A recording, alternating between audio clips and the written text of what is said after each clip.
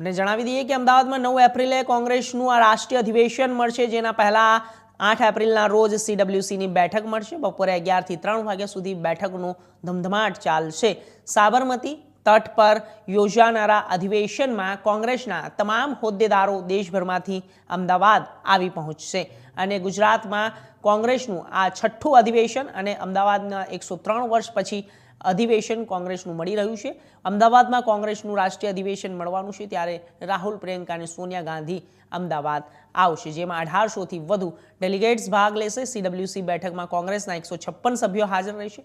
8 એપ્રિલના રોજ બપોરે 11 થી 3 વાગ્યા સુધી બેઠક યોજાશે અને આવતીકાલે 9 એપ્રિલે સાબરમતીના તટે કોંગ્રેસનું રાષ્ટ્રીય અધિવેશન યોજાશે.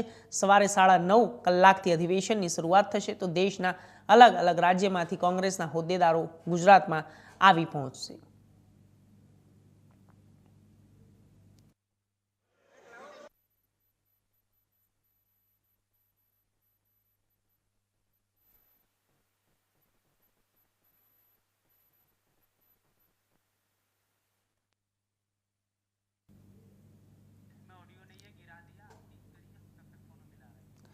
તો આપને જણાવી દઈએ કે 64 વર્ષ બાદ ગુજરાતમાં આ પ્રકારનું આયોજન કરવામાં આવ્યું છે અને જ્યારે એક રાષ્ટ્રીય અધિવેશન કોંગ્રેસનું આ સાબરમતી ખાતે યોજાશે. આપને જણાવી દઈએ કે પાર્ટીને લગતા મહત્વના મુદ્દાઓ ઉપર ચર્ચા થશે અને રાષ્ટ્રીય અધિવેશન કોંગ્રેસની અંદર સીડબ્લ્યુસીની આ બેઠક પણ યોજાવાની છે. આપને જણાવી દઈએ કે બેઠકની અંદર તમામ ડેલિગેટ્સો આવશે. ડેલિગેટ્સની સાથે અનેક કદ્દાવર નેતા પણ આવશે અને સાથે કાર્યક્રમની અંદર ઉપસ્થિત રહેશે. તો સીડબ્લ્યુસીની બેઠકમાં કોંગ્રેસના 156 સભ્યો પણ હાજર રહેવાના છે. પાર્ટીને લગતા તમામ મહત્વના મુદ્દાઓ પર ચર્ચાઓ પણ થશે. તો જ્યારે 8 એપ્રિલના રોજ 11 થી 3 વાગ્યા સુધી આ બેઠક પણ યોજાશે. 9 એપ્રિલે સાબરમતીના તટે કોંગ્રેસનું રાષ્ટ્રીય અધિવેશન પણ યોજાશે. સવારે 9:30 કલાકથી અધિવેશનની શરૂઆત થઈ જશે. તો દેશના અલગ અલગ રાજ્યોમાંથી કોંગ્રેસના હોદ્દેદારો, નેતાઓ પણ આવશે અને આ સાથે જ સીડબ્લ્યુસીની બેઠક પણ આજે યોજાવાની છે. તો પાર્ટીને લગતા તમામ મહત્વના મુદ્દાઓ પર ચર્ચાઓ પણ થશે.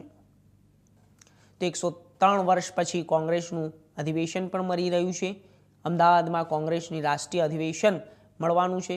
રાહુલ, પ્રિયંકા અને સોનિયા ગાંધી અમદાવાદ આવશે, જેમાં 1800થી વધુ ડેલિગેટ્સ પણ ભાગ લેશે સીડબ્લ્યુસી બેઠકમાં. તો આ વિષય ઉપર વધુ માહિતી માટે અમારી સાથે અમારા સંવાદદાતા ગિરીશ બારોટ અમદાવાદથી જોડાશે.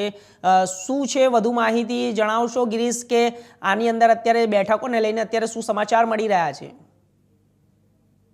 જી હા, ચોક્કસ. હાલ કહેવાય કે 12:30 ની આસપાસ જે અધિવેશન છે, કોંગ્રેસ વરિષ્ઠ નેતાઓની આખી ટીમ છે, જે આખું કહેવાય કે જે ગુજરાતની અંદર 64 વર્ષ પછી કોંગ્રેસનું રાષ્ટ્રીય મહાઅધિવેશન જે યોજાવાનું છે, તેમાં રાહુલ ગાંધી, પ્રિયંકા ગાંધી ખડકે સહિત 21 કોંગ્રેસના વરિષ્ઠ નેતા જે છે તે અમદાવાદમાં હાજર રહેશે. ગિરીશ, આ બેઠકની અંદર શું મહત્વના એવા મુદ્દા છે કે જેના ઉપર ચર્ચા થશે અને જે આ 103 વર્ષ બાદ જે રાષ્ટ્રીય અધિવેશનની ચર્ચા કરવામાં આવી રહી છે અને આ ચર્ચા માટે શું મહત્વના નીતિ નિર્ણયો અને તેના આગામી રૂપરેખાઓ યોજવામાં આવશે તેવી કોઈ માહિતી છે?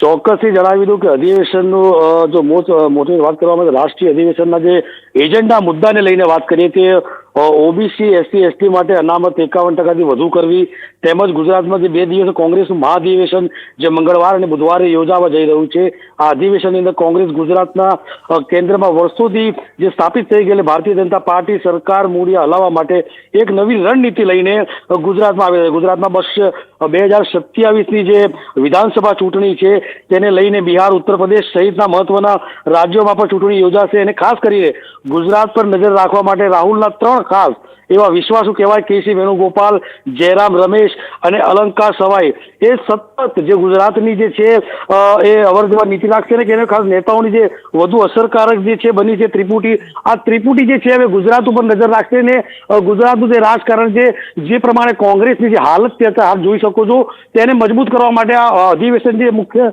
યોજવામાં આવ્યું છે. ગિરીશ, આ બેઠકની અંદર ઇન્ડી ગઠબંધનના જે પણ જે અલાયન્સ છે તે લોકો પણ ભાગ લઈ રહ્યા છે કે ખાલી કોંગ્રેસ પાર્ટી જ આ અધિવેશનનું આયોજન કરી રહી છે? હજી હાલમાં એજન્ડાની વાત કરીએ તો કોંગ્રેસ પાર્ટી તરફથી જ આ એજન્ડો જે છે તે ચલાવવામાં આવી રહ્યો છે. આગામી સમયમાં રણનીતિ શું છે તે કોંગ્રેસ છે તે નક્કી કરશે. જી, તો ભાજપને આ પડકાર રૂપે દેખાઈ શકે છે કે ભાજપને કોઈ અસર થશે આ યોજનાથી, આયોજનથી? જી ચોક્કસથી. મેં આપણે ફરી હું કહી દઉં કે 2027 જે વિધાનસભાની જે ચૂંટણી આવશે તેને લઈને અધિવેશન એટલા માટે કરવામાં આવી રહ્યું છે કારણ કે ક્યાંક ને ક્યાંક કોંગ્રેસને પણ ખ્યાલ છે કે કોંગ્રેસની જે ગુજરાતમાં જે દશા આવી છે તે દશાના કારણે જે એજન્ડામાં જે બદલાવ લાવવામાં આવી રહ્યો છે તે ક્યાંક ને ક્યાંક 2027માં અસર કરશે. જી ચોક્કસ ગિરીશ, આપનો ખૂબ ખૂબ